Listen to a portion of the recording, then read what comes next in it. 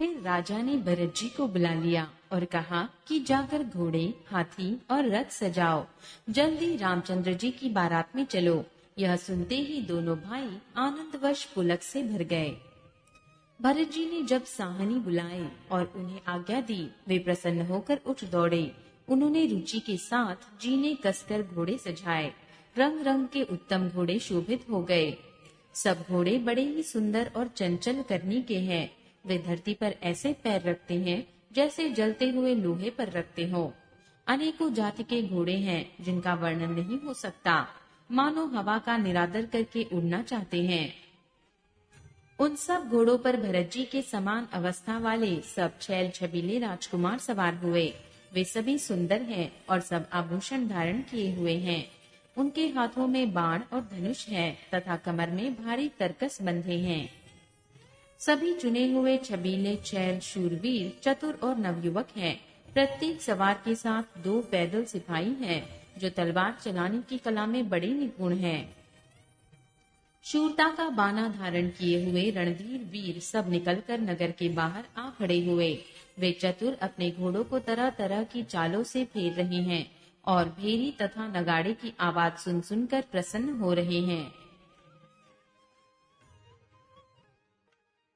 सारथियों ने ध्वजा, पताका, मणि और आभूषणों को लगाकर रथों को बहुत विलक्षण बना दिया है। उनमें सुंदर चंवर लगे हैं और घंटियां सुंदर शब्द कर रही हैं। वे रथ इतने सुंदर हैं मानो सूर्य के रथ की शोभा को छीन लेते हैं। अगणित श्यामकर्ण घोड़े थे। उनको सारथियों ने उन रथों में जोत दिया है जो सभी देखने में सुंदर और गहनों से सजाए हुए सुशोभित हैं और जिन्हें देखकर मुनियों के मन भी मोहित हो जाते हैं। जो जल पर भी जमीन की तरह ही चलते हैं। वेग की अधिकता से उनकी टाप पानी में नहीं डूबती। अस्त्र शस्त्र और सब साज सजाकर सारथियों ने रथियों को बुला लिया। रथों पर चढ़ चढ़ कर बारात नगर के बाहर जुटने लगी। जो जिस काम के लिए जाता है सभी को सुंदर शकुन देता है। श्रेष्ठ हाथियों पर सुंदर अंबारियां पड़ी हैं। वे जिस प्रकार सजाई गई थी सो कहा नहीं जा सकता। मतवाले हाथी घंटों से सुशोभित होकर चले, मानो सावन के सुंदर बादलों के समूह जा रहे हों। सुंदर पालकियां, सुख से बैठने योग्य तामजाम और रथ आदि और भी अनेकों प्रकार की सवारियां हैं। उन पर श्रेष्ठ ब्राह्मणों के समूह चढ़कर चले, मानो सब वेदों के छंद ही शरीर धारण किए हुए हों।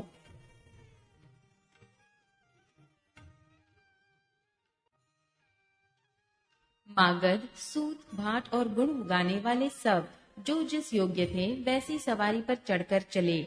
बहुत जातियों के खच्चर, ऊंट और बैल असंख्य प्रकार की वस्तुएं लाद लाद कर चले। कहार करोड़ों कावरे लेकर चले। उनमें अनेकों प्रकार की इतनी वस्तुएं थी कि जिनका वर्णन कौन कर सकता है। सब सेवकों के समूह अपना अपना साज समाज बनाकर चले। सबके हृदय में अपार हर्ष है और शरीर पुलक से भरे हैं। हम श्री राम लक्ष्मण दोनों भाइयों को नेत्र भरकर कब देखेंगे। हाथी गरज रहे हैं, उनके घंटों की भीषण ध्वनि हो रही है। चारों ओर रथों की घगराहट है और घोड़ों की हिनहिनाहट हो रही है। बादलों का निरादर करते हुए नगाड़े घोर शब्द कर रहे हैं। किसी को अपनी पराई कोई बात कानों से सुनाई नहीं देती। राजा दशरथ के दरवाजे पर इतनी भारी भीड़ हो रही है कि वहां पत्थर फेंका जाए तो भी वह पिसकर धूल हो जाए। अटारियों पर चढ़ी स्त्रियां मंगल थालों में आरती लिए देख रही हैं और नाना प्रकार के मनोहर गीत गा रही हैं। उनके अत्यंत आनंद का बखान नहीं हो सकता। तब सुमंत्र जी ने 2 रथ सजाकर उनमें सूर्य के घोड़ों को भी मात करने वाले घोड़े जोते। दोनों सुंदर रथ वे राजा दशरथ के पास ले आए, जिनकी सुंदरता का वर्णन सरस्वती जी से भी नहीं हो सकता। एक रथ पर राजसी सामान सजाया गया और दूसरा जो तेज का पुंज और अत्यंत ही शोभायमान था।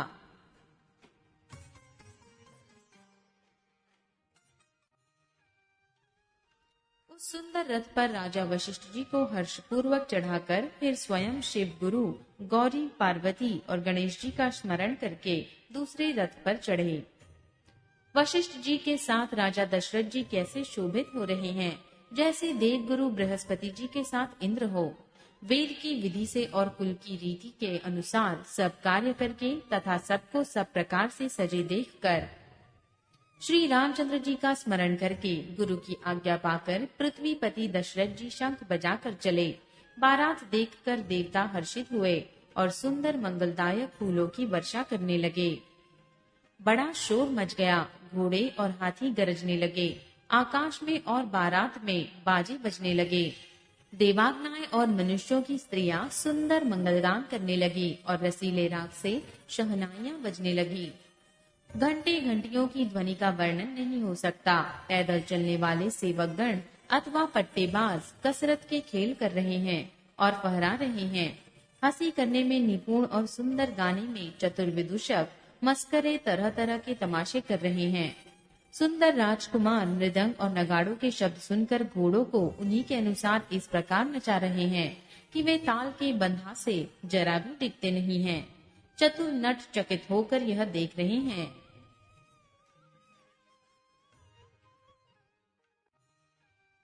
बारात ऐसी बनी है कि उसका वर्णन करते नहीं बनता। सुंदर शुभदायक शकुन हो रहे हैं।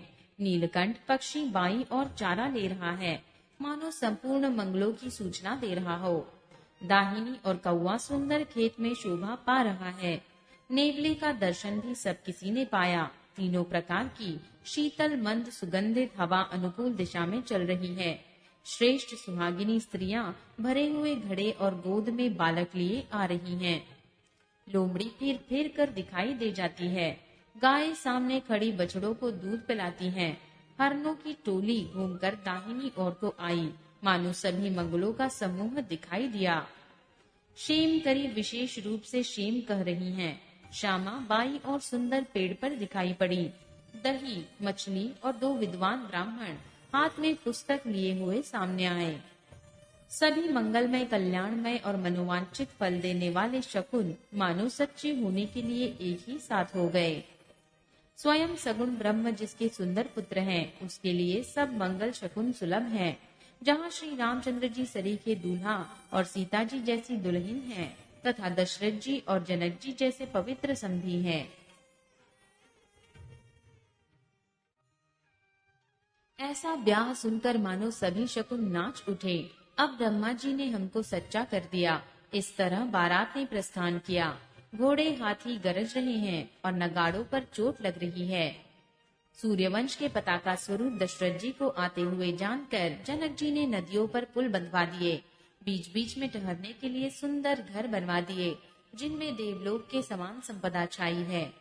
और जहाँ बारात के सब लोग अपने अपने मन की पसंद के अनुसार सुहावने उत्तम भोजन, बिस्तर और वस्त्र पाते हैं, मन के अनुकूल नित्य नए सुखों को देखकर सभी बारातियों को अपने घर भूल गए।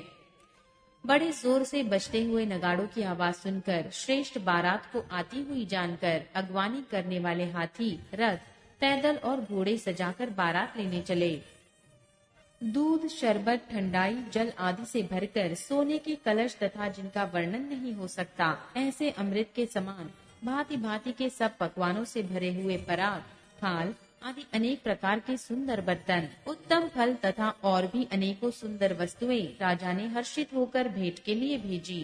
गहने, कपड़े, नाना प्रकार की मूल्यवान मणियां, पक्षी, पशु, घोड़े, हाथी और बहुत तरह की सवारियां तथा बहुत प्रकार के सुगंधित एवं सुहावने मंगल द्रव्य और सगुन के पदार्थ राजा ने भेजे। दही, चिवड़ा और अगणित उपहार की चीजें कावरों में भर भर कर कहार चले।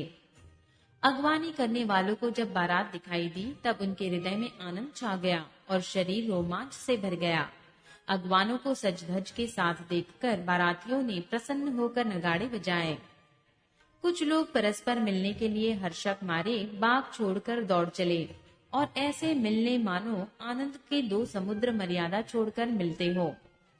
देव सुंदरियां फूल बरसाकर गीत गा रही हैं और देवता आनंदित होकर नगाड़े बजा रहे हैं। उन लोगों ने सब चीजें दशरथ जी के आगे रख दी और अत्यंत प्रेम से विनती की। राजा दशरथ जी ने प्रेम सहित सब वस्तुएं ले ली। फिर उनकी बख्शिशें होने लगी और वे याचकों को दे दी गई। तदंतर पूजा, आदर सत्कार और बढ़ाई करके अगवान लोग उनको जनवासे की ओर लिवाले चले। विलक्षण वस्त्रों के पावड़े बज रहे हैं, जिन्हें देखकर कुबेर भी अपने धन का अभिमान छोड़ देते हैं। बड़ा सुंदर जनवासा दिया गया, जहाँ सबको सब प्रकार का सुविधा था। सीता जी ने बारात जनकपुर में आई जानकर अपनी कुछ महिमा प्रकट करके दिखलाई। हृदय में स्मरण कर सब सिद्धियों को बुलाया और उन्हें राजा दशरथ जी की मेहमानी करने के लिए भेजा।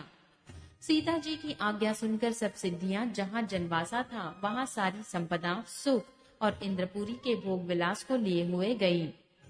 बारातियों ने अपने अपने ठहरने के स्थान देखे तो वहाँ देवताओं के सब सुखों को सब प्रकार से सुलभ पाया। इस ऐश्वर्य का कुछ भी भेद कोई जान न सका। सब जानकी जी की बढ़ाई कर रहे हैं। श्री रघुनाथ जी यह सब सीता जी की महिमा जानकर और उनका प्रेम पहचान कर हृदय में हर्षित हुए। पिता दशरथ जी के आने का समाचार सुनकर दोनों भाइयों के हृदय में महान आनंद समाता न था।